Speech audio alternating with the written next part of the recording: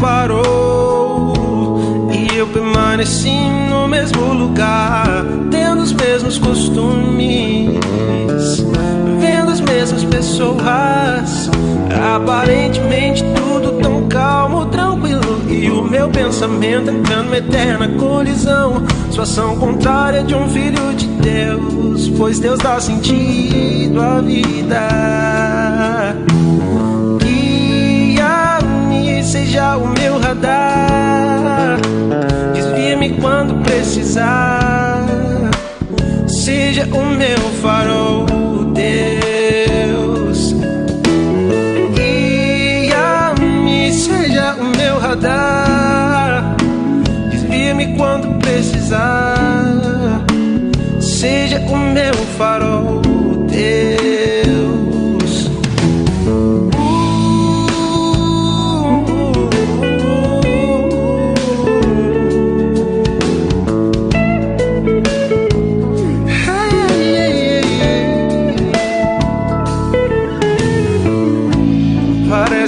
Tempo parou e eu permaneci no mesmo lugar, os mesmos costumes e as mesmas pessoas, aparentemente tudo tão calmo, tranquilo, e no meu pensamento entrando numa eterna colisão. Situação contrária de um filho de Deus, pois Deus dá sentido à vida.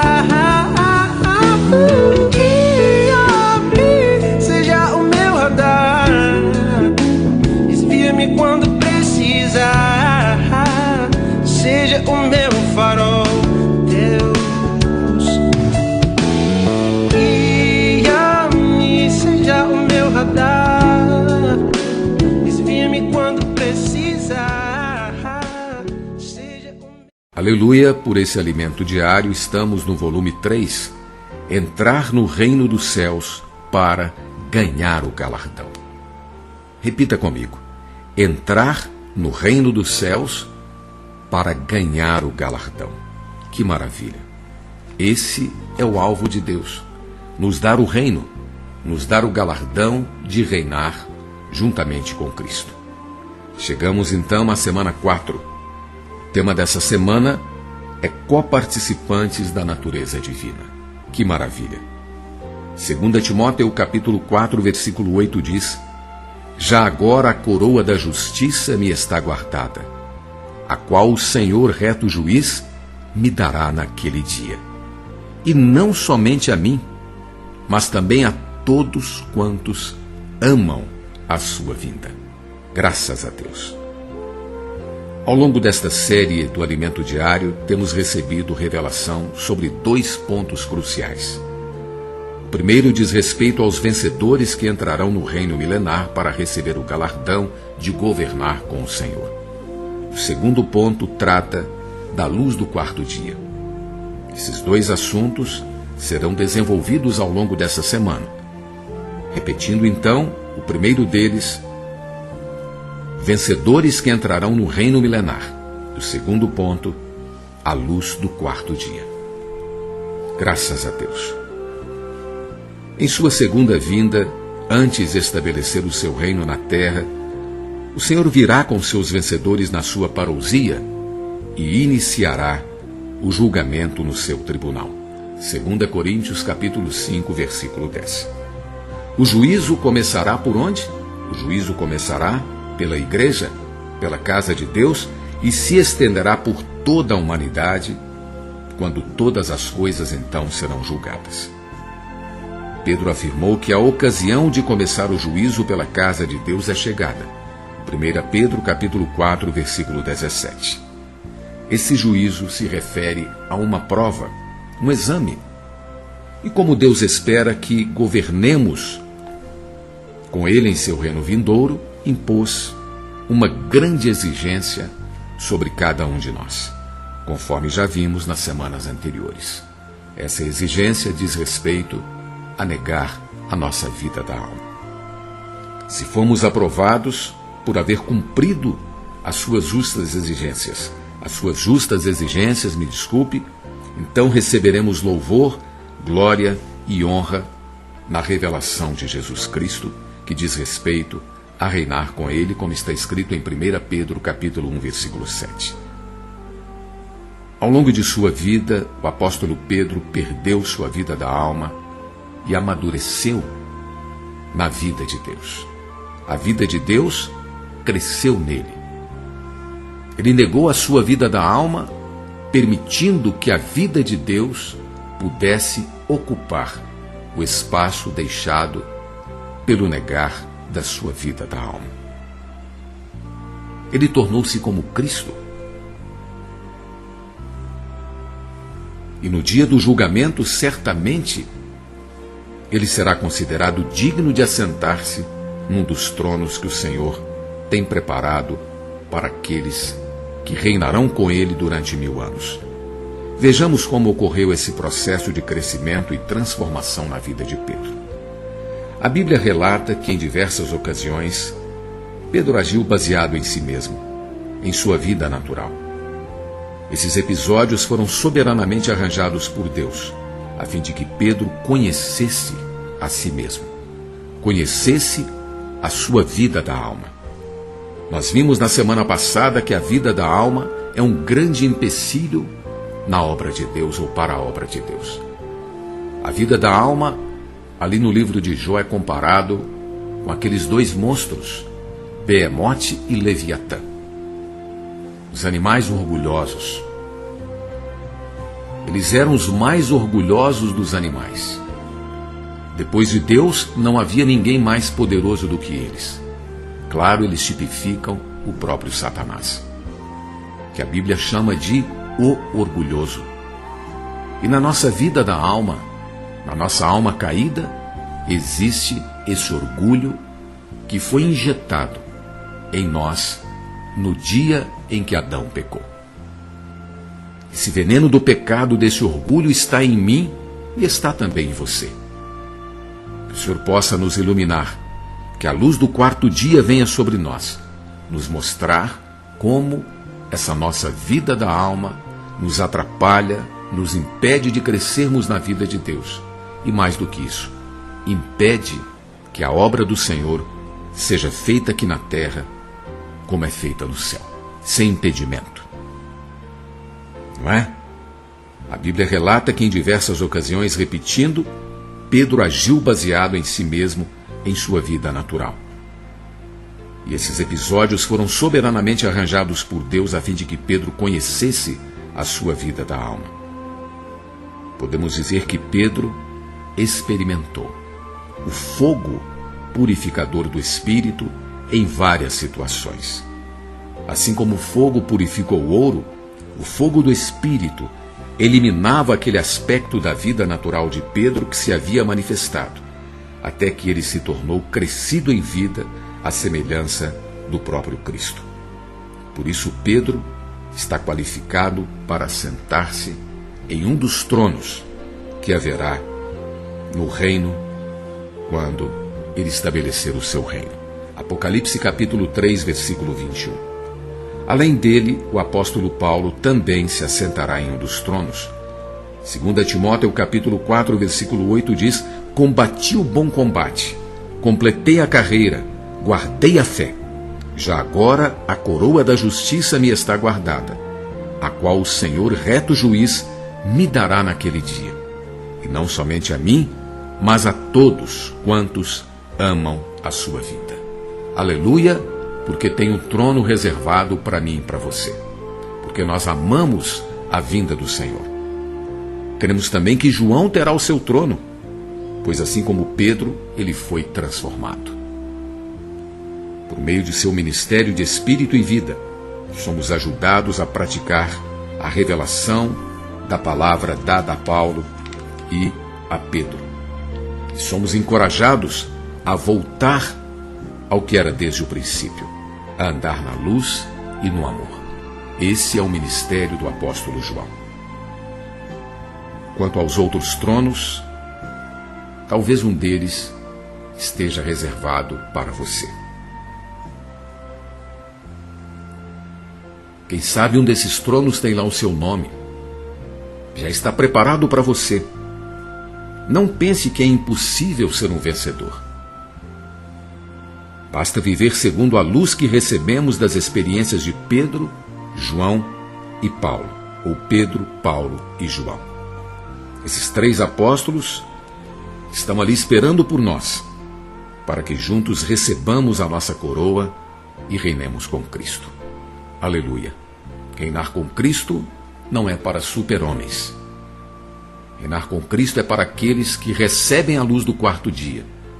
Permitem que o fogo purificador do Espírito purifique todo o nosso ser, não apenas os nossos pecados, mas queime todo orgulho que existe em nós, toda vaidade, toda soberba, toda presunção que impede que a obra de Deus avance nessa terra. Que o Senhor tenha misericórdia de nós. Que a luz do 4º dia brilhe em nossos corações. Que possamos ser esses que se arrependem, que permitem que o fogo purificador do Espírito venha queimando toda a impureza que existe em nossa vida da alma. Buscar continuamente o crescimento de vida.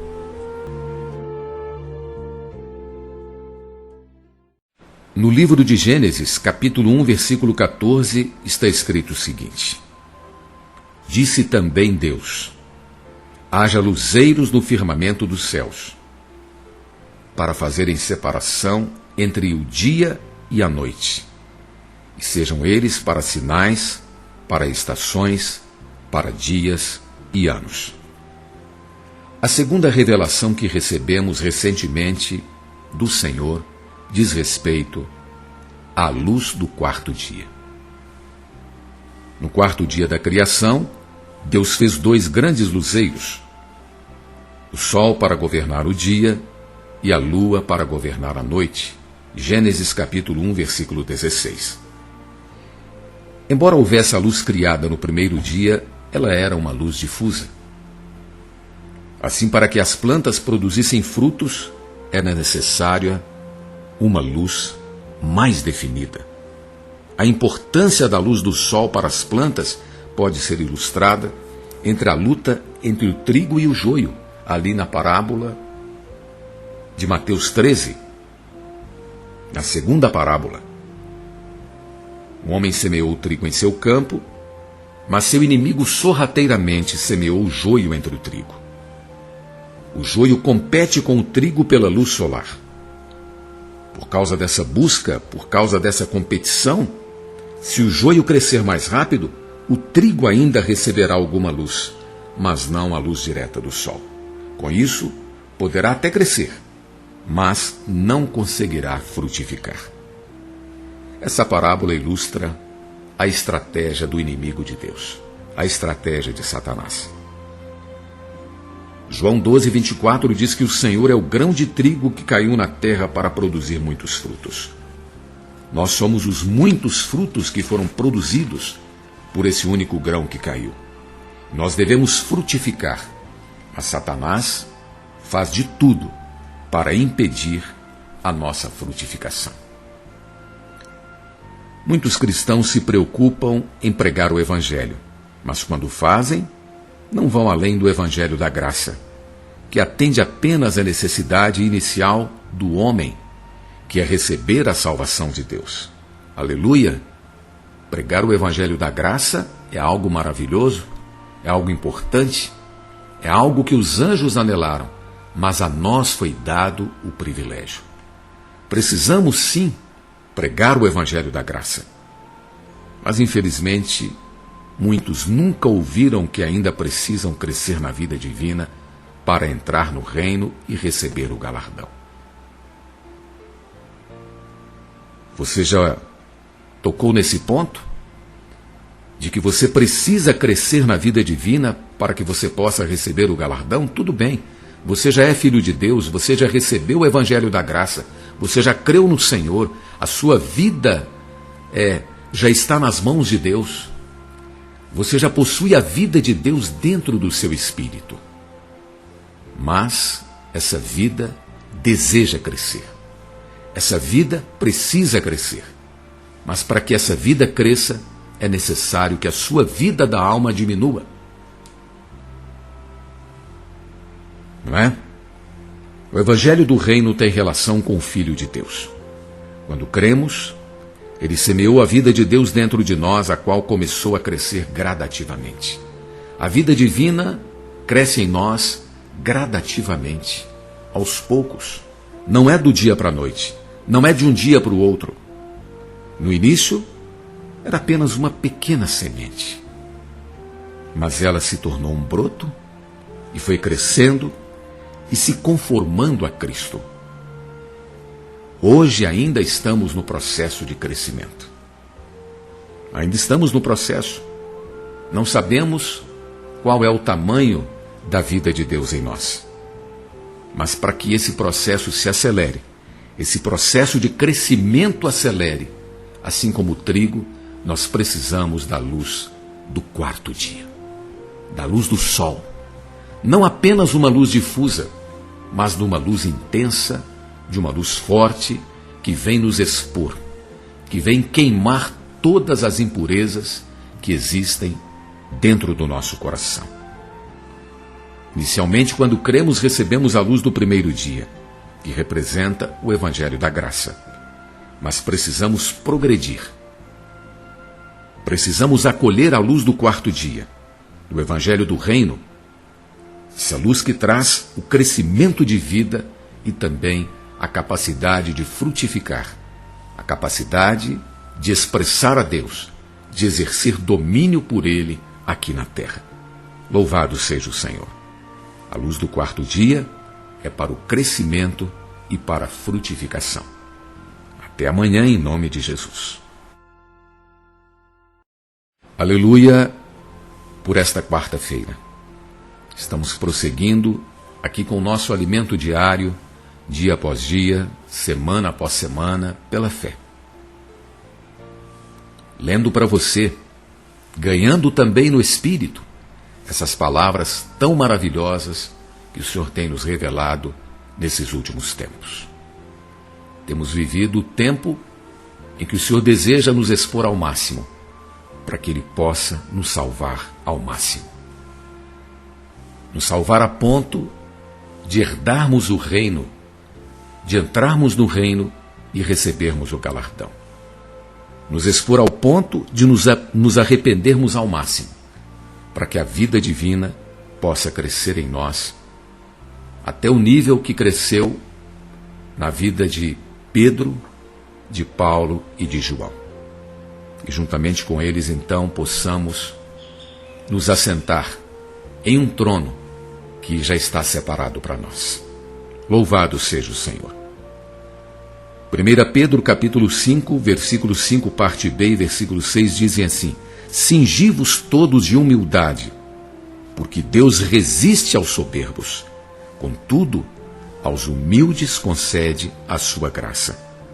Humilhai-vos, portanto, sob a sua poderosa mão, para que ele em tempo oportuno, nos exalte.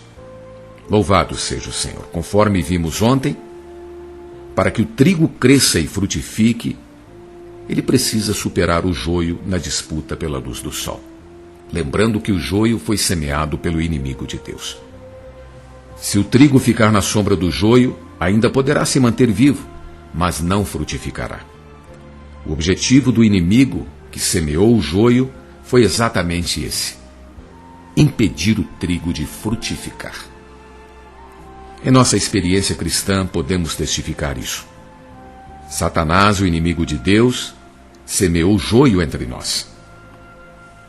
Mas ao contrário do que ele esperava, ainda que pessoas ou circunstâncias tentem fazer sombra sobre nós e nos prejudicar, isso só nos tem estimulado a crescer mais.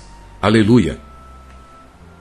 Se você bate fraco numa bola, ela pula um pouquinho. Mas se você bate forte, ela pula muito alto. Não é verdade? Assim, quanto mais Satanás nos ataca, mais a vida de Deus cresce em nós. Graças a Deus. O joio, quando cresce, não se curva, pelo contrário, ele se ergue, fica ereto, voltado para cima. O trigo, por sua vez, quando frutifica, tem uma característica muito interessante. Devido ao peso das espigas, ele se curva, ele se dobra para baixo. Quanto mais vida há, mais fruto. Quanto mais fruto, mais ele se dobra. Louvado seja o Senhor. Espiritualmente falando, isso significa que quanto mais alguém cresce na vida espiritual, quanto mais cresce na vida de Deus, mais humilde essa pessoa se torna. Por outro lado, o joio tem um crescimento que não procede de Deus, pois ele fica ereto como alguém que permanece orgulhoso. Nós sabemos quem é o orgulhoso. O orgulhoso é o diabo ali em Jó, representado por Beemote e Leviatã. Tudo isso mostra a necessidade que temos de receber a luz específica do quarto dia, que é a luz da vida. Se você quiser crescer na vida divina, se eu quiser crescer na vida divina, nós precisamos receber essa luz, pois ela representa o falar específico de Deus para nós, que nos ilumina e nos ajuda a arrepender-nos e esvaziar-nos de todo o nosso orgulho. Quando recebemos essa luz, crescemos em vida. Há um bom tempo que já havíamos percebido a importância de negar a nós mesmos, conforme lemos em Mateus 16, 24. Mas ainda não tínhamos uma maneira eficiente de praticar isso. Ao estudar as epístolas de Pedro, fomos ajudados com sua experiência, a qual veio suprir essa nossa carência. Antes pensávamos que as situações que nos faziam sofrer física ou materialmente eram suficientes para nos fazer negar a nós mesmos e crescer em vida. Um acidente, uma doença, uma demissão inesperada, tudo isso nos parecia muito útil para perdermos a vida da alma. Observávamos que o irmão, que era relaxado no serviço do Senhor, após superar uma fase de enfermidade ou trauma de um acidente, arrependia-se e passava a agir com diligência. Mas com o passar do tempo, quando sua situação melhorava, ele voltava à sua condição anterior. Embora essas circunstâncias desgastantes possam nos ajudar muito a negar a nós mesmos, geralmente a vida da alma ainda permanece forte após passarmos por elas. Como dissemos acima, como dissemos antes, foi por meio das experiências do apóstolo Pedro que aprendemos a negar a nós mesmos de uma maneira mais eficiente. Sua epístola mostra que se sofremos por causa de coisas indevidas, esse sofrimento é a disciplina de Deus, 1 Pedro 4,15. Há um tipo de sofrimento, entretanto, que não tem nada a ver com o que nós fazemos ou deixamos de fazer. Esse sofrimento visa purificar-nos das impurezas de nossa vida da alma. Amanhã veremos mais detalhadamente mais sobre esse assunto. Quanto mais crescemos em vida, lembre-se, mais humildes nos tornamos. O trigo, quanto mais espiga dá, mais curvado fica. Quanto mais vida temos, mais humildes devemos ser. Mais devemos nos humilhar ante a poderosa mão de Deus. Até amanhã, em nome de Jesus.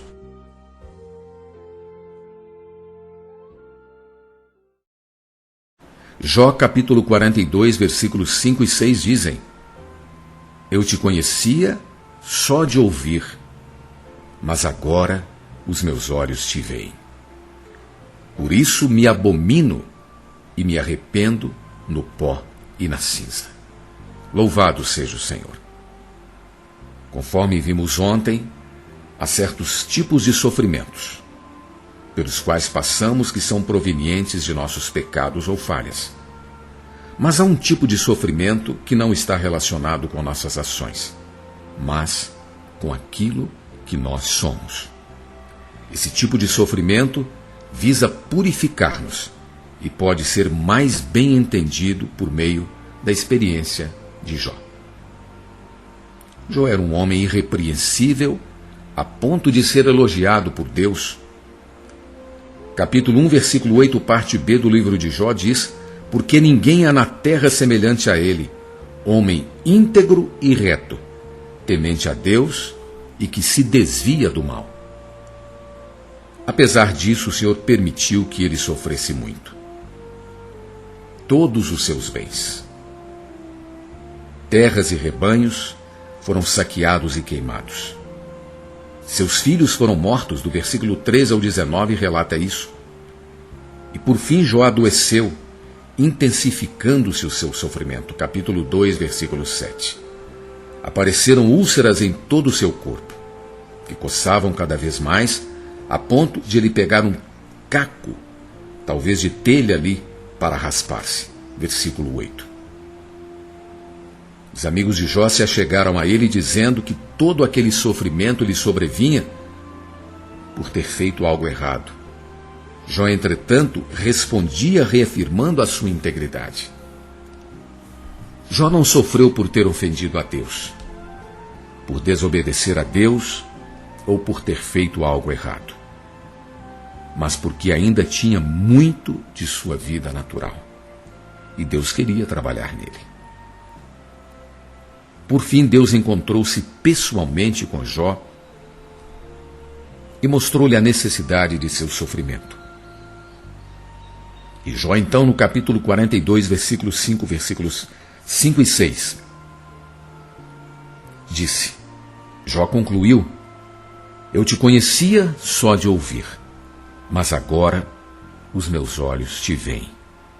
Por isso me abomino. Por isso me abomino e me arrependo, no pó e na cinza. Era como se Jó tivesse dito: o tempo todo em que fiquei me justificando, dizendo que não tinha erros, era meu orgulho, era minha vanglória. Agora eu te vejo, ó Senhor. Porque eu te vejo, eu vejo também as minhas impurezas. Por isso eu me arrependo. Na verdade, Deus nos ama, e como um pai que disciplina seus filhos, Ele permite que nos advenham tais sofrimentos para reconhecermos quão terrível é a nossa vida da alma. Você já viu quão terrível é a sua vida da alma? Ou você ainda é como Jó, que fica se justificando, que fica discutindo, que fica até mesmo competindo com Deus em sabedoria? Que o Senhor nos ilumine nesse dia. Que a luz do quarto dia possa nos iluminar, para que possamos nos ver mais interiormente. Que a luz do quarto dia possa nos mostrar um ultrassom, uma radiografia da nossa vida da alma, para que possamos ver as manchas negras, as coisas ocultas do nosso homem natural, que ninguém mais pode ver. O nosso orgulho, a nossa soberba, a nossa vaidade, a nossa presunção, a nossa prepotência, a nossa indignação contra Deus muitas vezes, a nossa rebeldia.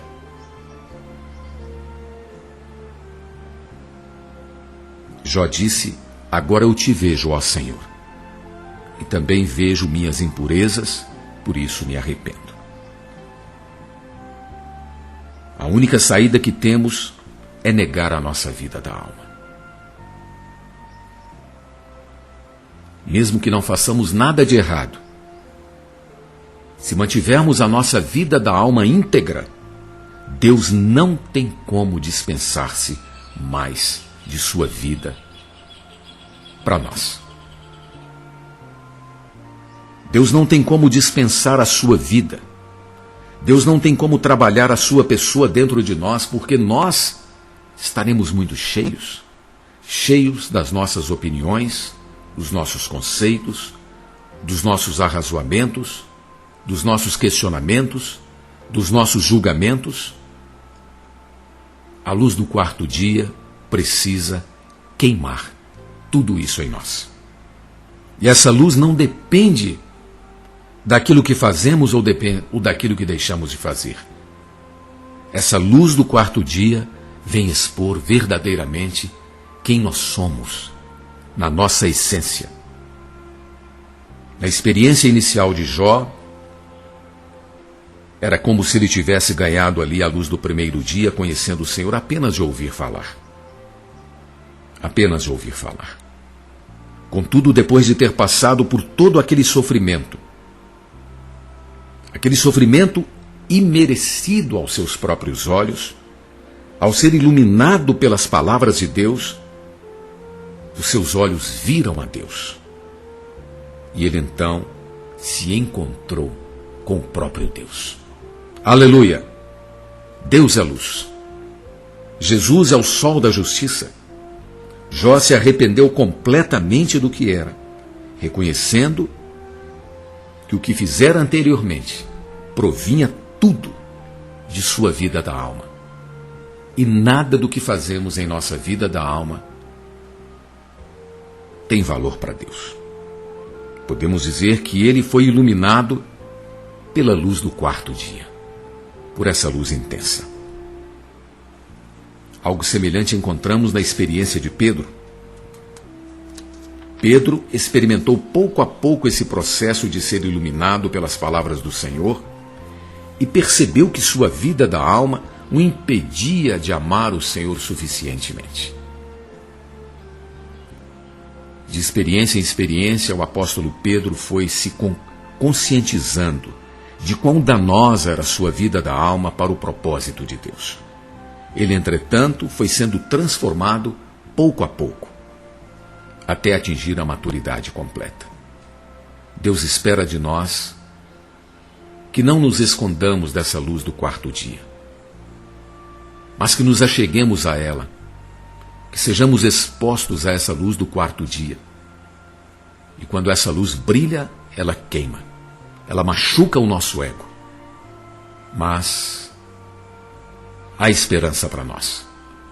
Quando nós nos arrependemos, quando nós reconhecemos quem somos de fato, o fogo santo do Espírito é capaz de nos queimar. E pouco a pouco nós vamos crescendo em vida. Que revelação gloriosa! Que coisa tremenda! Louvado seja o Senhor! Ao escrever a sua primeira epístola, já maduro, ele disse: para não estranharmos o fogo ardente, os sofrimentos que surgem em nosso meio, destinado a provar-nos.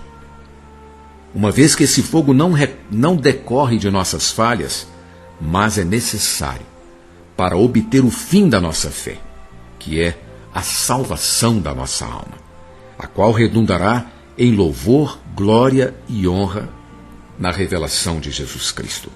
1 Pedro capítulo 4, versículo 12, capítulo 1, versículos 7 e 9. Mediante isso, a nossa oração deve ser: Senhor, agora entendo o motivo do meu sofrimento. O Senhor está me mostrando quem eu sou. Quão terrível é a minha vida natural, é a minha vida da alma. Senhor Jesus, obrigado, Senhor, por me iluminar. Eu decido agora me arrepender. Decido agora colocar a minha vida da alma para ser queimada pelo fogo purificador do Espírito que está no meu espírito. Aleluia.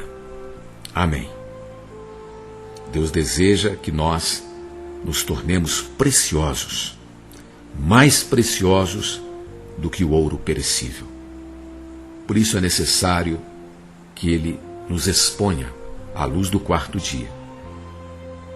E através do nosso arrependimento, pelo nosso arrependimento, Ele venha com o fogo purificador do Espírito e queime todas as impurezas da nossa vida da alma. Até amanhã, em nome de Jesus. Aleluia, por esta sexta-feira estamos na semana 4, estamos vendo sobre os sermos coparticipantes da natureza divina. Louvado seja o Senhor. Nós que somos homens, imperfeitos, pecadores, nascidos totalmente debaixo da maldição do pecado, Deus nos fez filhos dele e agora deseja que sejamos coparticipantes da sua natureza. Louvado seja o Senhor. O livro de Salmos, capítulo 82, versículo 6 diz: Eu disse, sois deuses, sois todos filhos do Altíssimo. O processo de transformação pelo qual o apóstolo Pedro passou é um exemplo que devemos seguir. João, por sua vez, sempre seguiu Pedro. No ministério de João, assim como no de Pedro, vemos um progresso, um progressivo crescimento da vida até atingir a maturidade, isto é, até chegar à estatura da plenitude de Cristo e se tornar semelhante ao que ele é, conforme 1 Pedro capítulo 3, versículo 2. Em certa ocasião, Jesus respondeu aos fariseus que era filho de Deus, João capítulo 10, versículos 29 e 30. Eles, no entanto, acusaram o Senhor de blasfemar. Ao afirmar que o Filho de Deus, o Senhor, estava amparado nas Escrituras, pois o Salmo 82, 6 declara: Sois deuses, sois todos filhos do Altíssimo. João capítulo 10, versículo 34. Deus tornou-se um homem para que o homem se torne Deus, claro, em vida e natureza, mas sem a deidade. Isso significa que, embora nenhum de nós possa ser adorado, podemos sim ser coparticipantes da natureza e da vida divinas. A esperança de Deus é que, assim como ocorreu na experiência de Pedro e João, sejamos transformados pela vida de Deus e cresçamos até sermos como Ele é, expressando sua natureza, sua vida em nosso viver diário. Esse também deve ser o nosso desejo, essa também deve ser a nossa meta. O nosso primeiro nascimento ocorreu por vontade da carne, pela vontade de nossos pais. Mas quando fomos regenerados, quando nascemos de Deus, fomos feitos filhos de Deus e passamos a ter a vida e natureza divinas. João capítulo 1, versículos 12 e 13 deixa isso claro. Precisamos permitir agora que a vida divina cresça e amadureça em nós. Esse processo de crescimento pode ser comparado ao desenvolvimento de uma criança. Assim como uma criança precisa de muitos cuidados para crescer e se desenvolver, nós fomos colocados pelo nosso Pai na vida da igreja, Pai com letra maiúscula, não é? Na vida da igreja, para receber o suprimento e cuidado de Deus e também cuidar uns dos outros. Dessa maneira, cresceremos em vida até um dia sermos semelhantes ao Senhor, conformados à sua imagem, como está escrito em Romanos capítulo 8, versículo 29. Ser como Deus em vida e natureza, mas sem a deidade. Essa deve ser a nossa meta, esse deve ser o nosso alvo, e esse realmente é o alvo de Deus para mim e para você. Em nome de Jesus. Portanto, sede vós perfeitos, como perfeito é o vosso Pai Celeste. Mateus capítulo 5, versículo 48. O registro bíblico relata que Pedro e Paulo tiveram alguns atritos ao longo de seus respectivos ministérios. Em certa ocasião, Paulo chegou a chamar publicamente a atenção de Pedro pela maneira como esse se portava em relação aos gentios. Gálatas capítulo 2, versículos de 11 ao 21, confira na sua casa. Contudo, é belo perceber que no final de sua vida, Pedro estava tão maduro que escreveu a respeito de Paulo. Como igualmente o nosso amado irmão Paulo vos escreveu, segundo a sabedoria que lhe foi dada, no falar acerca destes assuntos, como de fato costuma fazer em todas as suas epístolas. 2 Pedro capítulo 3, versículos 15 e 16.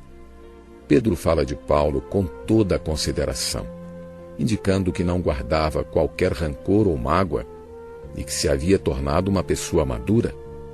Uma das características de um cristão maduro é que ele acolhe a palavra dos outros. Paulo havia escrito sobre a economia de Deus aos Efésios e Pedro, anos depois, em suas epístolas, não apenas acolheu as palavras de Paulo, mas as desenvolveu. Podemos dizer que Pedro recebeu mais luz ainda, como a luz do quarto dia, nas palavras que Paulo havia proferido. Vejamos um exemplo. Paulo já havia escrito sobre o dispensar do Pai, do Filho e do Espírito. Quando Pedro escreveu sobre esse mesmo assunto, acrescentou: visto como pelo seu divino poder nos têm sido doadas todas as coisas que conduzem à vida e à piedade, pelo conhecimento completo daquele que nos chamou para a sua própria glória e virtude, pelas quais nos têm sido doadas as suas preciosas e muito grandes promessas, para que por elas vos torneis coparticipantes da natureza divina. 2 Pedro capítulo 1, versículos 3 e 4. O trecho "têm sido doadas todas as coisas que conduzem à vida e à piedade" refere-se ao Pai, pois vida refere-se à vida divina e piedade significa parecer-se com Deus. Nosso viver deve expressar a Deus, nosso Pai. Quanto mais temos a vida de Deus, mais nos parecemos com Ele. Se nos conformarmos ao mundo, nossa conduta será igual à dos demônios. Por isso não devemos conformar-nos com este século, mas transformar-nos pela renovação da nossa mente, ser iluminados pela palavra e governados pela luz do quarto dia. Essa luz definida, essa luz intensa, que ilumina e queima tudo o que é natural em nossa vida da alma. Desse modo, iremos provar a boa, agradável e perfeita vontade de Deus, e nossas virtudes humanas expressarão o padrão divino. Sabemos que se alguém amar o mundo, o amor do Pai não está nele. 1 João 2,15. Porém, se buscarmos o crescimento de vida, teremos mais piedade, isto é, nosso viver vai parecer-se mais, vai expressar mais a Deus. Quanto mais buscamos o Senhor, mais parecidos com Ele nos tornamos. O trecho, pelo conhecimento completo daquele que nos chamou para a sua própria glória e virtude, refere-se ao Filho. Isso é evidente pelo fato de mencionar a glória e a virtude. O Filho expressa a glória de Deus. Hebreus 1:3. Semelhantemente, se uma pessoa é conformada à imagem de Cristo, torna-se gloriosa. Quanto às virtudes, elas se relacionam com o viver de Cristo. Após morrer e ressuscitar, ele mesclou a natureza divina à natureza humana. Hoje, as virtudes de Cristo estão dentro de nós, pois recebemos a sua vida. Louvado seja o Senhor. A divindade mesclou-se com a humanidade.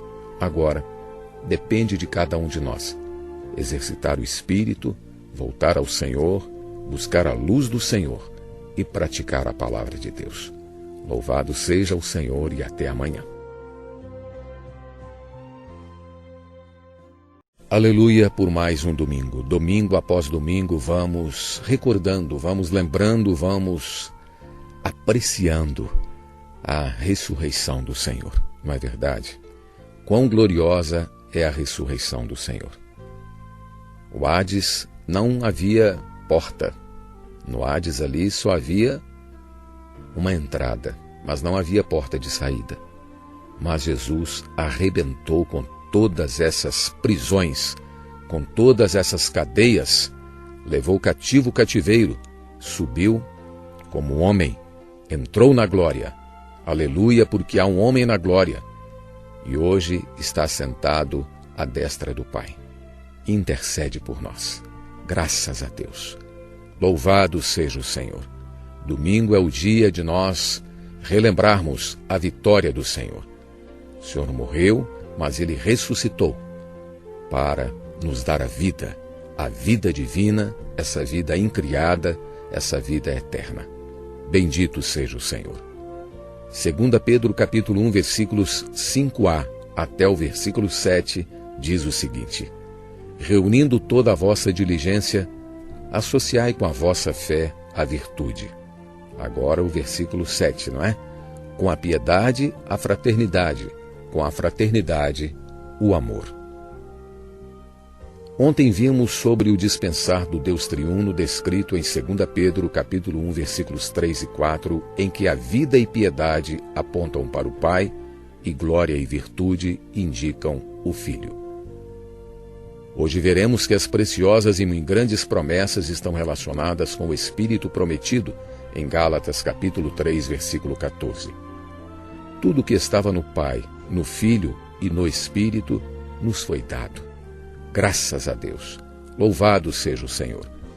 Por intermédio do dispensar do Deus triuno, suas preciosas e muito grandes promessas nos têm sido doadas e por elas tornamo-nos coparticipantes da natureza divina.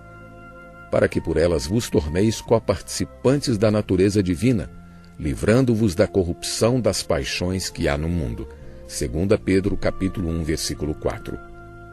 Quanto mais recebemos o seu dispensar, mais crescemos em vida e mais sua natureza divina é colocada em nossa natureza humana. Quando os elementos da natureza divina nos são acrescentados, tornam-se as virtudes ou as nossas virtudes, expressando o padrão divino por meio de nossa conduta. Dessa forma, reunindo toda a nossa diligência, devemos associar com a nossa fé a virtude, com a virtude o conhecimento, com o conhecimento o domínio próprio, com o domínio próprio a perseverança, com a perseverança a piedade, com a piedade a fraternidade. Contudo, apenas chegar ao estágio do amor fraternal não é suficiente. Ainda precisamos continuar buscando mais da natureza divina para que, quando o amor fraternal se desenvolver entre os irmãos, atinjamos o amor ágape, isto é, o amor de Deus. O amor fraternal é o amor entre os irmãos. Quando esse amor fraternal cresce em nós, o nosso amor para com as pessoas que ainda não foram salvas também aumenta. Como resultado, passamos a amar os que nos perseguem e orar por eles. Muitos dos que nos perseguem nem mesmo sabem por que o fazem. De qualquer forma, nosso amor precisa aumentar até o ponto de os nossos inimigos se tornarem alvos de nossas orações, o alvo de nossas orações. Já temos a vida de Deus e precisamos ofertá-la para todos. Deus ama o pecador e temos de amá-lo também, levando-lhe o evangelho da graça. Deus amou ao mundo de tal maneira que deu seu Filho unigênito para que todo o que nele crê não pereça, mas tenha a vida eterna. João 3,16.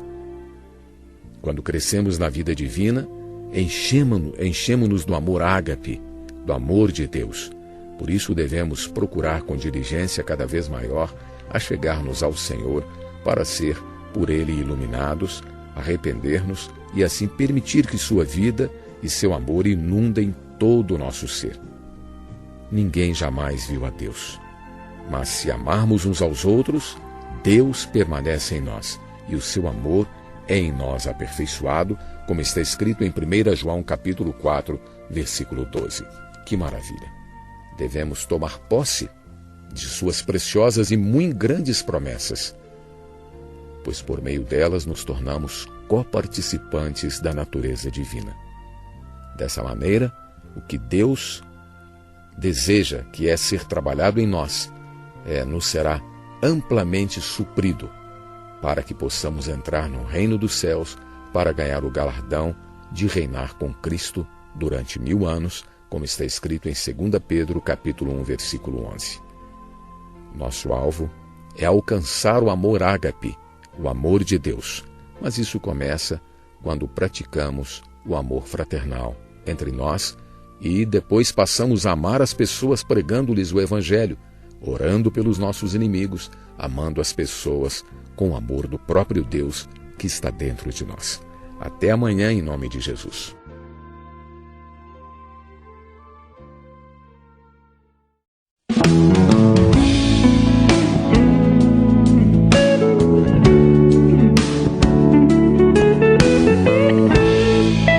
Deixe o seu like. Compartilhe nas redes sociais. Parece que o tempo parou e eu permaneci no mesmo lugar, tendo os mesmos costumes. Ative o sininho e marque a opção todas para você receber notificações de novos vídeos. Aparentemente tudo tão calmo, tranquilo, e o no meu pensamento, entrando numa eterna colisão. Situação contrária de um filho de Deus, pois Deus dá sentido à vida. Guia-me, seja o meu radar, desvia-me quando precisar, seja o meu farol, Deus. Guia-me, seja o meu radar, desvia-me quando precisar, seja o meu farol, Deus.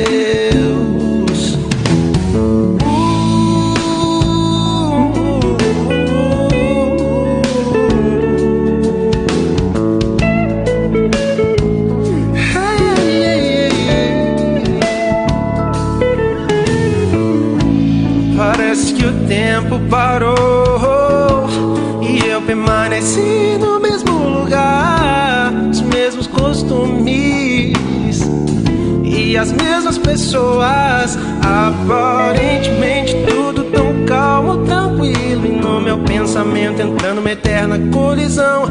Situação contrária de um filho de Deus, pois Deus dá sentido à vida.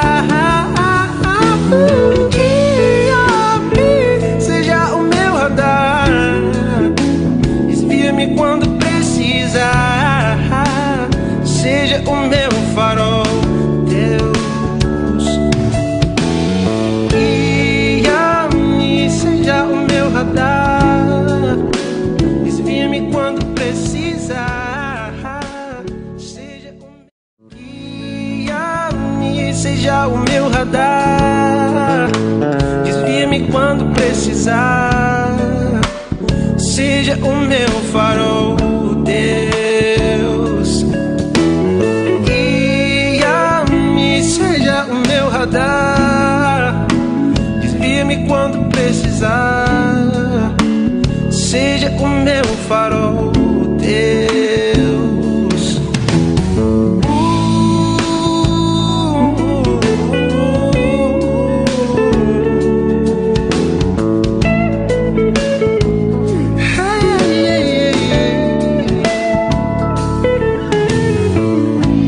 Parece que o tempo parou e eu permaneci no mesmo lugar, os mesmos costumes e as mesmas pessoas. Aparentemente tudo tão calmo, tranquilo, e no meu pensamento entrando numa eterna colisão.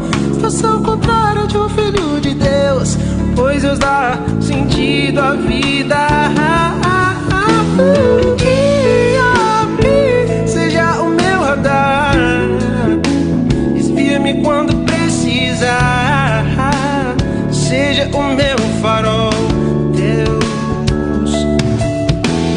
Guia-me, seja o meu radar, desvia-me quando precisar, seja o meu farol, Deus. Seja o meu radar, desvia-me quando precisar, seja o meu farol, Deus.